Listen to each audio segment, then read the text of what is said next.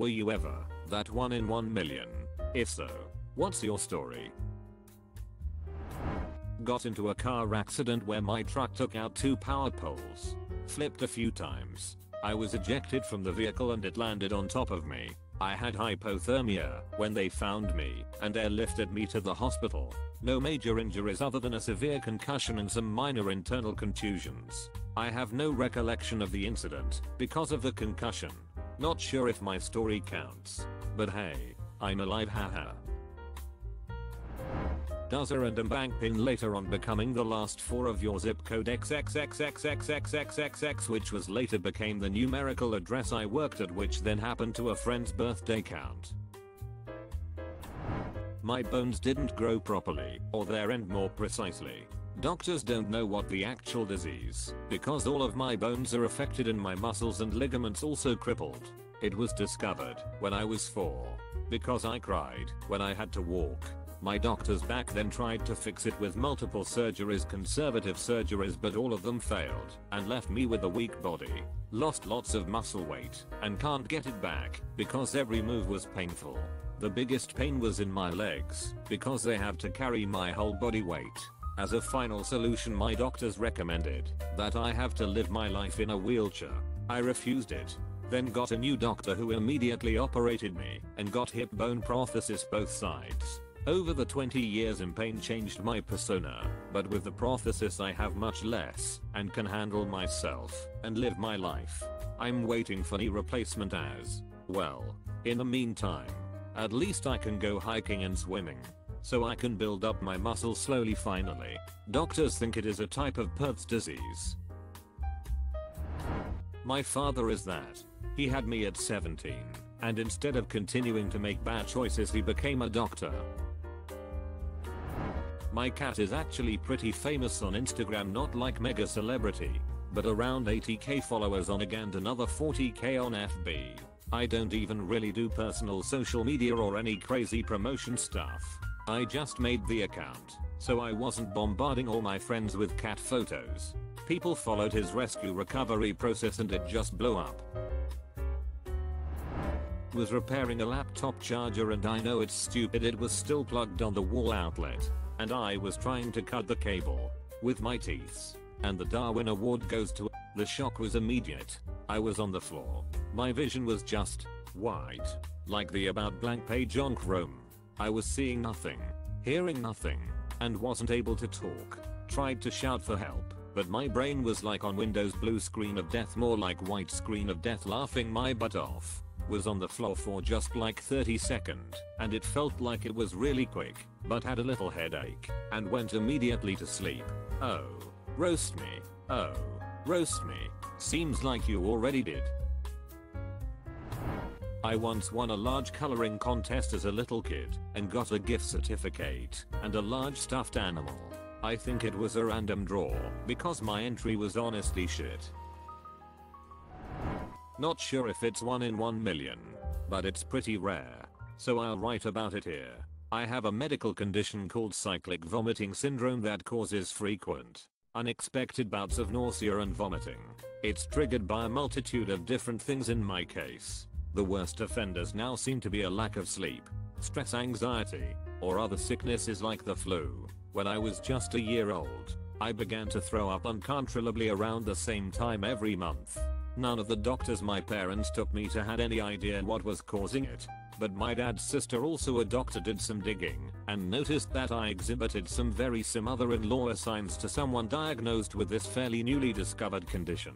My childhood was shaped by monthly visits to a nearby hospital to receive forth fluid to prevent dehydration, where they knew me by my name and my trusty green bucket. I can recall a number of my own birthday parties and summer camp sessions that had to be cut short due to the occurrence of a dreaded episode that put me back in the hospital. One of my fondest memories of elementary school was my teacher having my class call me to sing happy birthday, as I had gotten sick during my birthday party the day prior. As I grew older, and life and school became more stressful, I missed upwards of 30 days of school per year. And for fear of being labeled, no one but my close friends and my teachers knew the reason why. Even to this day, as a college student, While I have begun to grow out of the condition as some do, I have no more stomach pain during episodes, and much less frequent vomiting, but just as frequent nausea. My condition still hangs around, causing me to miss class around once a week. But man, I do my best to push through it. When I'm not feeling like I wanna throw up, I'm just a normal, fully functioning young adult. That's all I ever wanted to be growing up, normal.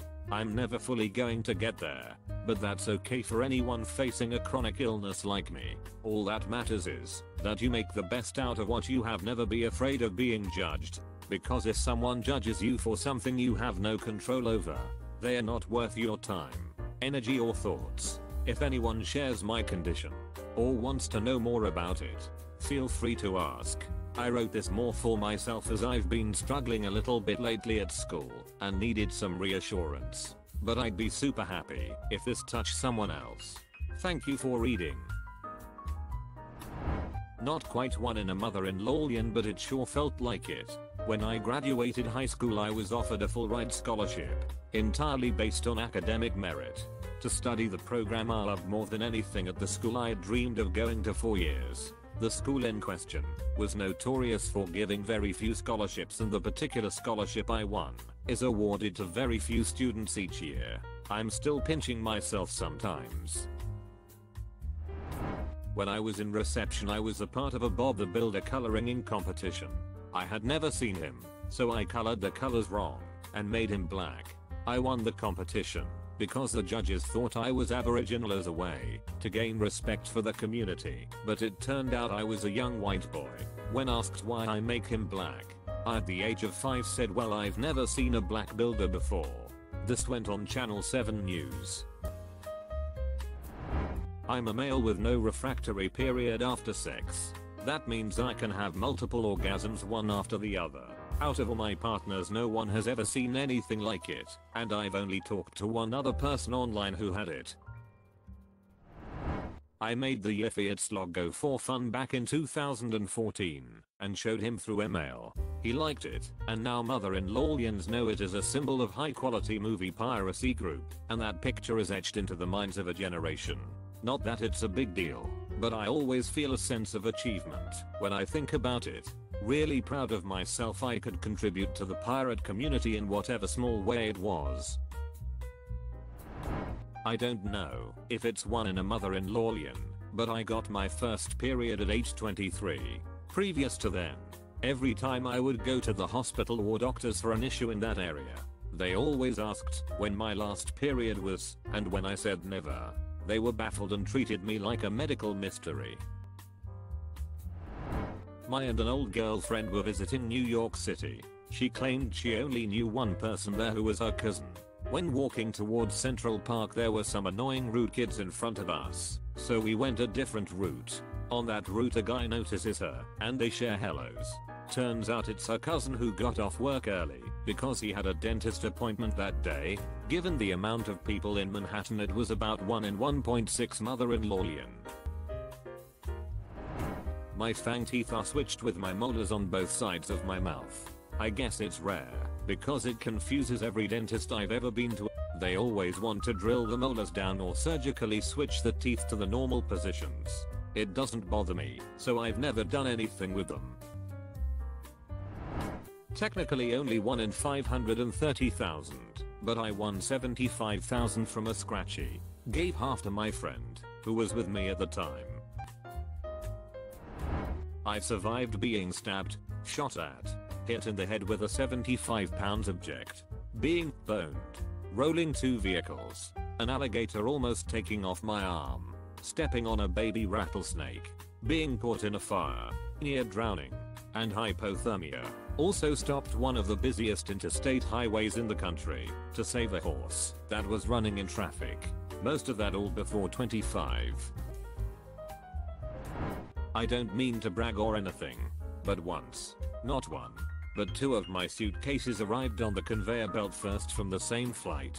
I was also the first person through customs to the conveyor belt. I want to say as I walked out of there to the arrivals lounge, people were clapping and cheering my name, but adrenaline was so high I couldn't hear if this is true or not.